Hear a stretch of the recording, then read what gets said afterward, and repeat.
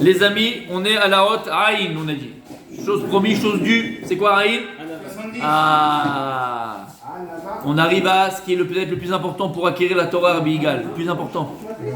La An-Nava. C'est quoi la An-Nava? Non, pas la An-Niva. An-Nava, l'humilité. L'humilité. Mi Yefaer Godel Pe'er Amidazo Shel Anava Veshvilut Arwach.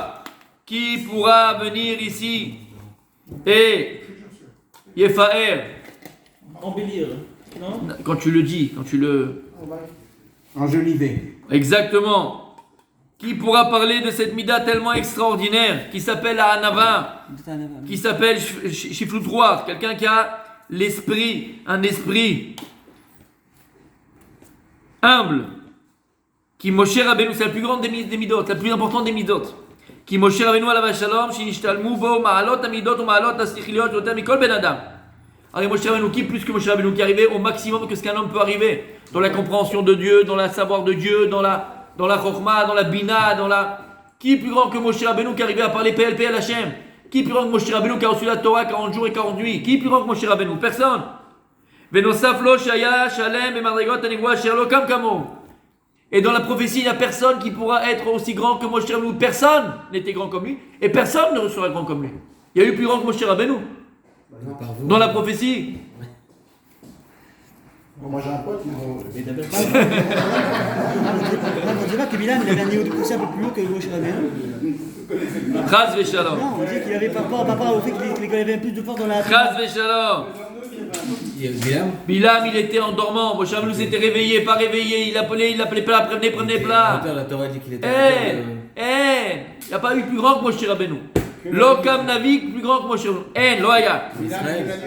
Ve'urav batorah ve'abachma ve'aba nevoa. C'était le plus grand dans la Torah, le plus grand dans l'intelligence et le plus grand dans la prophétie. Ou Mikol, malgré toute cette intelligence, malgré toute cette grandeur, malgré toute cette chokhma, cette Torah, cette prophétie. Lo shifra kadosh boru leyached lo mida me'ola kolet kol amidot et la midata nama. Et lorsqu'Akadosh Baruch Hu lui-même il a fait le espèce de Moshe Rabbeinu, c'est Dieu lui-même qui va faire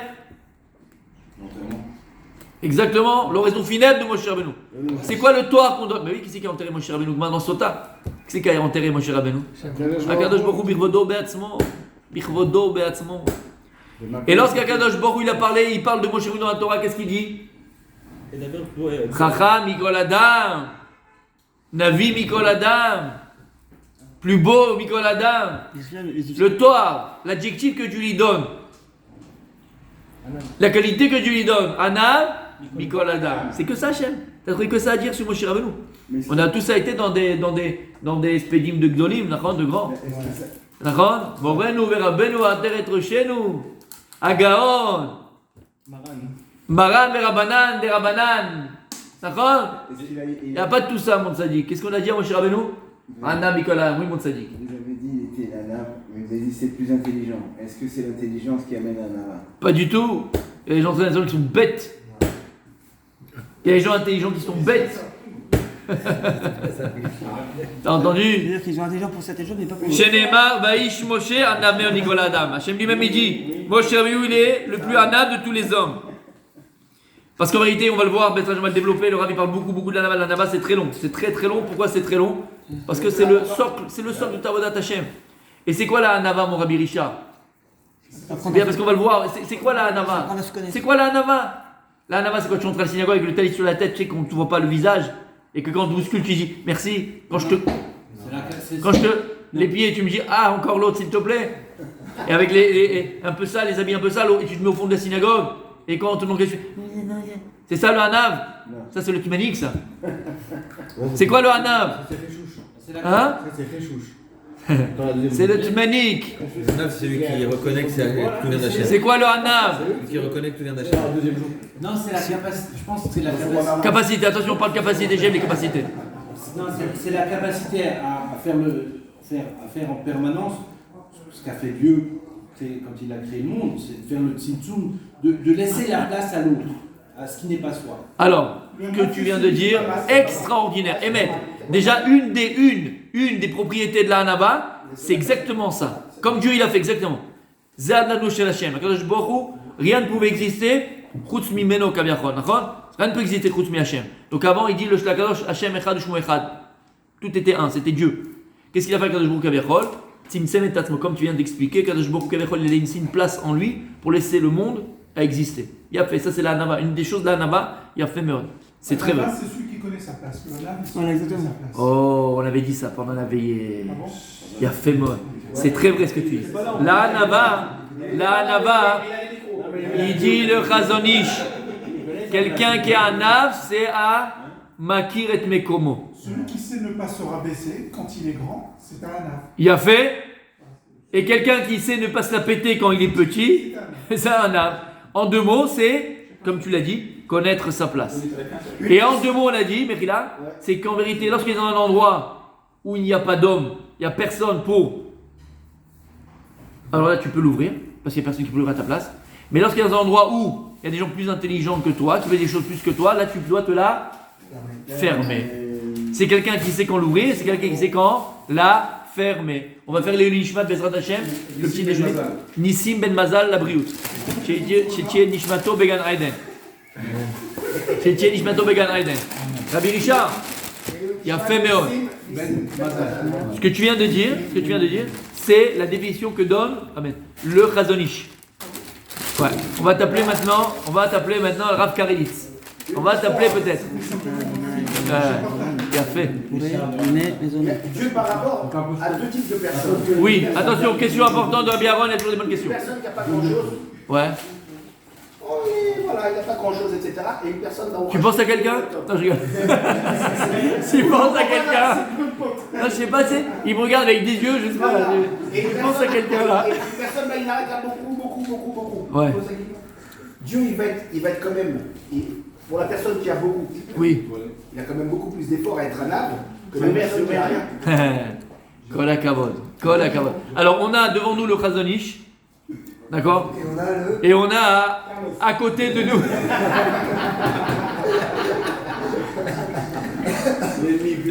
Il se charrie tout seul. Il se casse tout seul. Mais oui.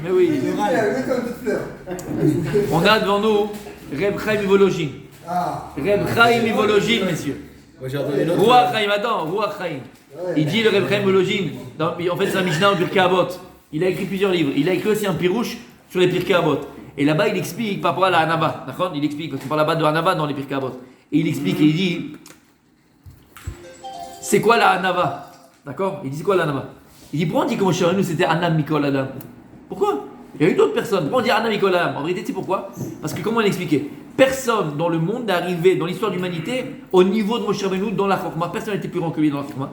Personne n'a été plus grand que lui dans la richesse. Personne n'a été plus grand que lui dans la prophétie. Personne n'a été plus grand que lui. C'est ça que je veux te dire sur Moshe Rabbeinu. Anam Mikol Adam. Pourquoi? C'est quoi la Hanava? La Hanava, c'est quelqu'un qui a toutes les qualités et cette personne elle a des qualités et malgré les qualités qu'elle a, elle ne se prend pas pour quelqu'un d'autre. Elle ne voit pas les gens de haut. Et il explique, il dit imagine quelqu'un maintenant qui n'est pas fort, d'accord? Il n'est pas fort, c'est Popeye sans les épinards, d'accord? Tu connais? Popeye sans les épinards. Et le gars il est là, il y a un type qui lui fait, je sais pas, tu sais, il prend dans la caisse, il lui fait prendre la truc machin et tout, et il dit à son copain, c'est maintenant. C'est le stylo, il fait comme ça le gars, le pauvre. Il est comme ça, d'accord? Quand tu es transparent, on dirait la tapisserie, il se cache à la tapisserie quand il est là, d'accord? Et il dit à son copain, attrape-moi, je vais te défoncer, attrape-moi. Le type qui est en face, il rigole, il fait, c'est Gad Elmaleh celui-là, c'est Gad Elmaleh. Et il lui dit, tu sais quoi, t'as de la chance, mais ben mec, t'as de la chance, je suis pas un arbre, moi je t'aurais défoncé la tronche. Mais lui, il est quoi? C'est un rigolo, lui. T'as rien à t'ennuyer, tu veux t'ennuyer de quoi? Quelqu'un qui n'a pas de s'ennuyer de quelque chose, il ne peut pas être un âme. Tu comprends ce que ça veut dire? Ah, il peut imaginer, il peut fantasmer sur l'humilité. Donc, en réalité, quelqu'un qui est humble, plus la personne elle est remplie, comme tu viens de dire, plus la personne elle est grande, plus la personne est remplie, plus la personne elle a travaillé et le travail qu'elle a, l'effort qu'il fait, il est beaucoup plus important que tu n'aurais été qu'un. Ce que tu dis, rémologie dans Roi Chaim, on dit. Donc, vous avez vos petits titres maintenant, vos petits titres, d'accord? Chazonish et Reb Chaim, Yafemer. Tu voulais dire quelque chose, mon Sadiq? C'était proche de ça, parce que j'avais entendu, c'est que Moshe Rabbeinu était capable de voir quelqu'un de plus petit que lui et dire si j'avais été à sa place, je ne sais pas si je serais aussi grand que lui. Il a fait, c'est vrai aussi, c'est vrai. Mais alors je rebondis sur ce que tu as dit. Lui dit. dit moi j'ai reçu d'Hachem ce que j'ai reçu, les capacités, je suis à mon poste. Gaston Mais tu peux pas tenir ton fils. On connaît qu'on part pas tous. Voilà, c'est bon, c'est revenu. Hein? On connaît qu'on part pas tous du même point. Que Il y a un fait. Alors, par rapport à ce que tu viens de dire, aussi la Hanava, c'est quoi en vérité? Ce que vous avez dit, c'est bidouk ça, mais en vérité, tout ça se traduit dans la vie comment? C'est quelqu'un qui a un ave, et c'est ça la force de Moshe Rabbeinu. Quelqu'un qui a un ave, le Saba Mikelem, le Rav Dessler. Le Saba Mikelem, c'était le maître du Rav Dessler. Rav Dessler, il a étudié pendant 7 ans là-bas, à Kelem. Chez le Saba Mikelem. C'est quelqu'un qui est capable de prendre un enfant. Moshe Rabbeinu était capable de prendre un enfant et d'étudier avec lui le Chumash. D'étudier avec un enfant le Chumash. T'entends ce que je suis en train de te dire? C'est quelqu'un qui est capable, lui il fait de la Kabbalah, il est dans des trucs, dans des machins, les voix complètement. Il est capable de s'asseoir avec un type qui connaît même pas encore la Gemara et qui commence à l'apprendre la Gemara. La Hanava, c'est quelqu'un qui est capable de s'adapter et de se mettre au niveau de chacun. Regarde les gens qui sont... Il y a des métiers par exemple, où les gens sont imbus de leur personne. Tu leur dis attention, je pense que toi tu penses à sa place, mais t'es mort, t'es fini. Par exemple, tu vas voir un avocat. Qu'est-ce que tu dis? Je vous apprendrai pas que. Ne dis jamais, je pense que. Tu dis, je vous apprendrai pas que. Tu peux pas l'apprendre à lui, c'est impossible. Attends, je suis avocat. Ou bien un grand chirurgien, neurochirurgien, vous voulez. Tu vas dire à un médecin, je pense que toi. Il t'écrase. Pourquoi? Il a entre guillemets dans sa tête à lui, il a la vie et la mort entre les mains tous les jours. Dis-moi, tu sais qui tu parles? Tu sais combien de types j'ai sauvé? J'ai sauvé. Tu comprends ce que ça veut dire? Supprimez le mot en fait. Tu comprends? Oui, mais il y a des. Je donne cet exemple, d'accord? Mais il y a des corps de métier, c'est connu. Tu peux pas venir voir un médecin, tu dis bon, je pense que non. Si je vous apprends. Toi, tu as vu quelque chose? Genre cardiologue. Voilà, tous les médecins, cardiologues, faut pas même pas en parler. Attention. D'accord? Non, mais c'est connu. Ne dis jamais à un médecin ou un avocat, je pense que. T'as compris? Jamais. Jamais. Tu dis, je vous apprendrai pas que. Sinon, le mec il tremble, il dit quoi? Il veut m'apprendre à moi, celui-là il est fou, celui-là je l'écrase. Tu comprends? Ah non, mais c'est difficile. Il y a des corps de métier comme ça, faites très attention quand tu parles, loin de nos thèmes. Je vous apprendrai pas que. Mais ça veut dire quoi tout ça, quand on traduit dans la vie? C'est ça. Quelqu'un qui est. Comment? Les DJ aussi, on peut pas leur apprendre la musique. Non, mais un DJ ça vient d'autre chose. Un DJ ça vient d'autre chose, ça vient pas de la gava. Ça vient pas de la gava. Un DJ ça vient de la gava. Alors c'est quoi la Hanava, messieurs? Écoutez bien. Donc on vient de dire aussi ce principe de la Hanava, c'est quelqu'un qui est capable d'avoir le même discours, de parler de la même manière, de s'occuper de la même manière d'un petit, pas forcément dans l'âge, mais d'un petit dans le peuple juif, d'accord, qui est pas forcément à son niveau à lui, ou même qui est bien en dessous de son niveau à lui, et arriver à se mettre à son niveau, que s'il parlait au plus grand Gaon du Ham Israël. Et c'était ça la force de Moshe Rabbeinu, t'as compris? Qu'il est parti chercher quand elle s'est perdue. La brebis. La petite brebis qui s'est... T'as perdu, qu'est-ce qu'on s'en fout? C'est excusé. Non seulement il est parti la chercher, il a joué jour et nuit, et après il a vu qu'il ne pouvait pas manger, qu'est-ce qu'il a fait? Il l'a porté sur son dos. Ça c'est la Hanava, tu comprends? Tu comprends ce que ça veut dire? C'est que si tu vois quelque chose qui est à la synagogue, c'est qu'il y a une halakha. Il y a une halakha dans Baba Metzia. Si maintenant, c'est qu'il y a une des plus grandes mitzvot. Amen. Une des plus grandes mitzvot de la Torah, une des plus grandes mitzvot. On en parlera si Dieu veut, même au niveau ésotérique, pourquoi c'est important, mais bon. C'est quoi laquelle, on t'a dit? Attention, la synagogue. Attends, j'arrive à ça, non, une première mitzvah, Baba Metzia.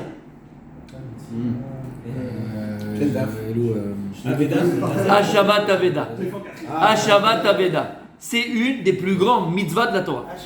Hashavat. Non, pas maintenant. Ashkava, c'est après 120 ans, ça dit. Ça, c'est après 120 ans. Hashavat, c'est que tu as trouvé quelque chose, tu vas écrire dans le journal, tu vas mettre un petit papier, j'ai trouvé tata, ou tu vas chercher le propriétaire et tu rends au propriétaire. C'est une des plus grandes mitzvot de la Torah. Faut savoir. S'il n'y a pas de siman, t'es pas obligé de chercher.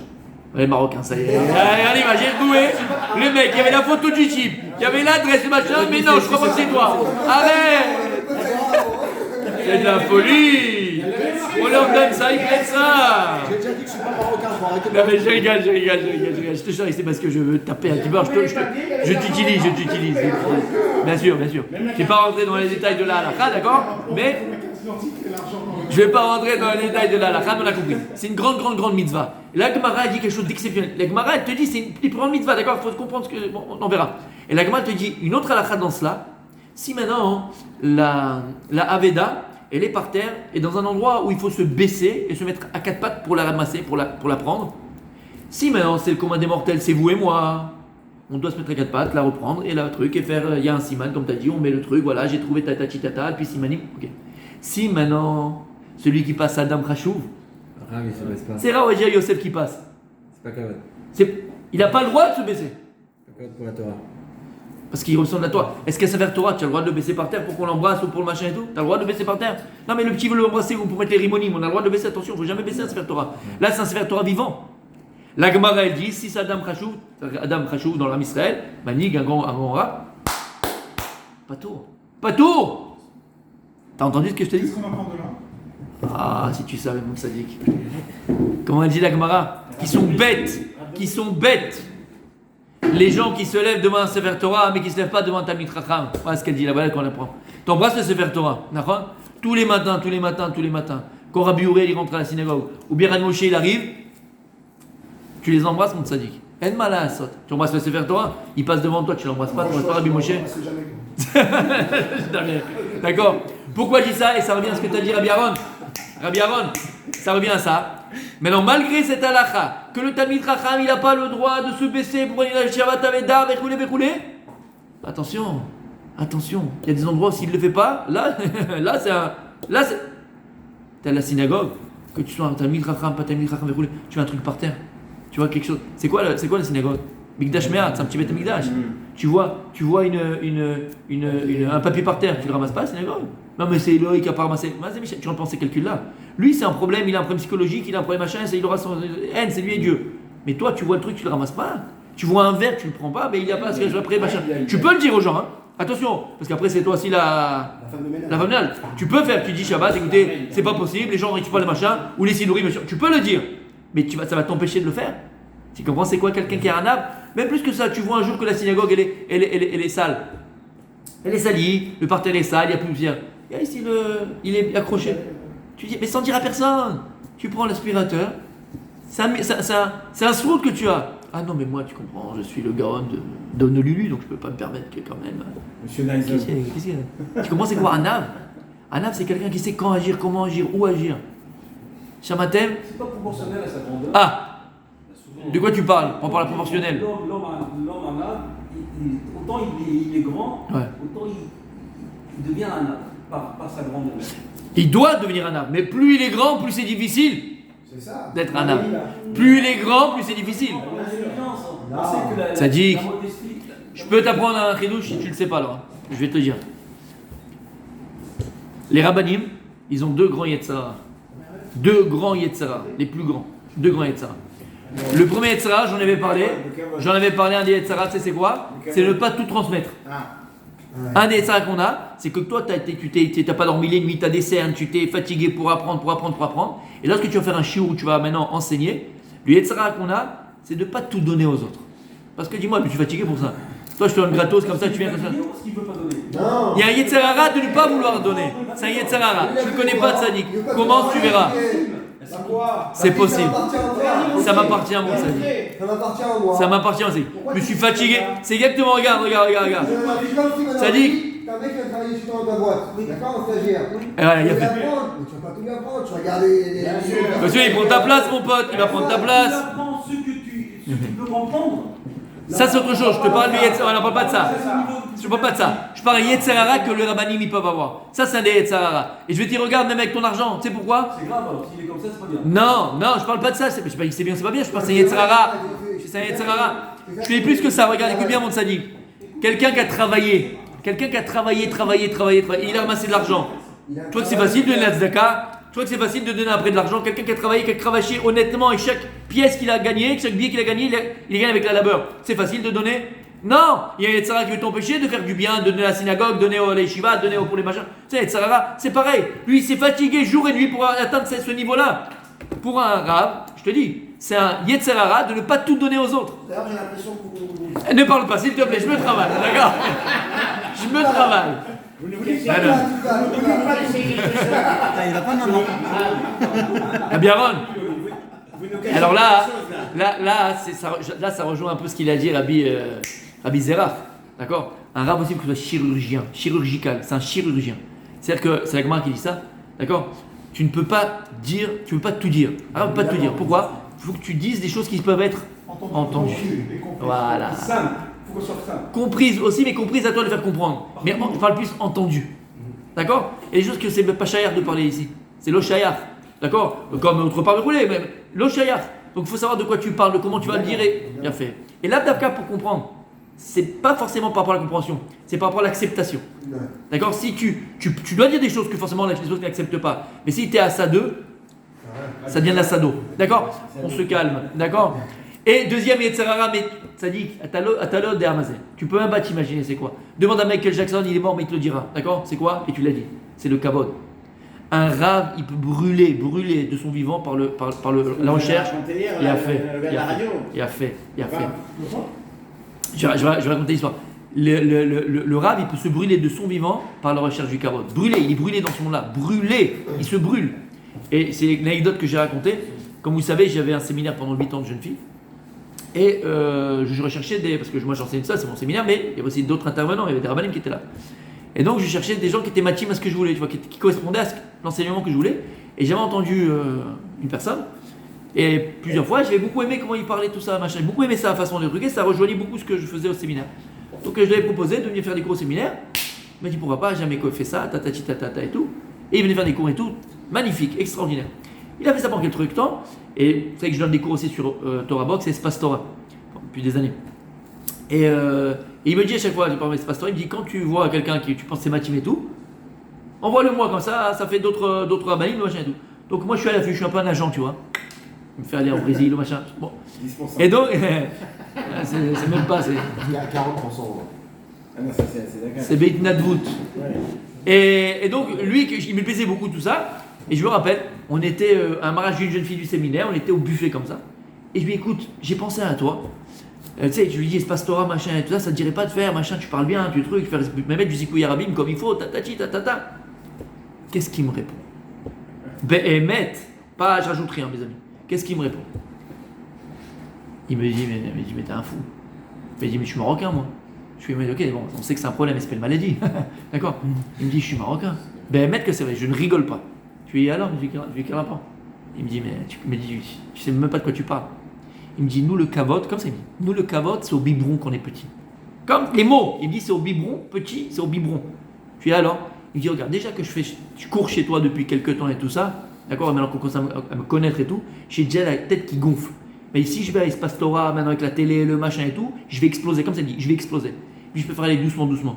Je suis resté comme ça, je dis la vérité, Kola Kavod. C'est rare, hein? Lui, c'est un Marocain intelligent. Ouais, mais alors, un Marocain. mais il a reconnu. Béhémet, c'est ce qu'il m'a répondu. Béhémet que c'est vrai. Je vous raconte pas. Puis tu sais quoi, d'abord, Kola Kavod qu'un Marocain reconnaît votre problème. Et après, non, mais c'est quelqu'un que j'aimais beaucoup parce que vraiment c'est quelqu'un de vrai, quelqu'un de machin. Bon, Marocain, qu'est-ce qu'on peut faire? Non, je rigole. D'accord? Mais tu comprends le truc? Tu comprends c'est quoi le Kavod? Ça te brûle. Il m'a dit après j'ai la tête qui va exploser. Et c'est la vérité. C'est la vérité. Il y a des gens, Rabbi Richard, là on parle d'arabe, mais en général, une personne, parce que c'est le Yetzara, vraiment c'est un des Yetzara du rab, d'accord? C'est vraiment la recherche du Kavod. Parce que on donne la place, on t'embrasse les pieds, les mains, les machins, Vodara, Vodagon, Adaret, Rochel, Moren, on verra Beinou, Tetata, Bibim. D'accord? Hop. Tu comprends ce que c'est? Mais t'es brûlé de ça. T'es brûlé, parce que comme il y a écrit, quelqu'un. Oui, mais c'est ce que c'est de sa faute. Est-ce qu'on peut lui en vouloir? Les gens qui vont comme ça, qui l'embrassent la main, qui vont avec César, mais est-ce qu'on peut faire? La question elle n'est pas là. La question elle n'est pas si c'est de sa faute. Est-ce que maintenant qu'une personne maintenant qui a le vice du jeu, c'est de sa faute? Est-ce qu'une personne qui a un Yetzara des femmes, c'est de sa faute? Est-ce qu'une personne qui a un Yetzara de manger les truites, c'est de sa faute? Ça dit. Ils ont ça dans le sang.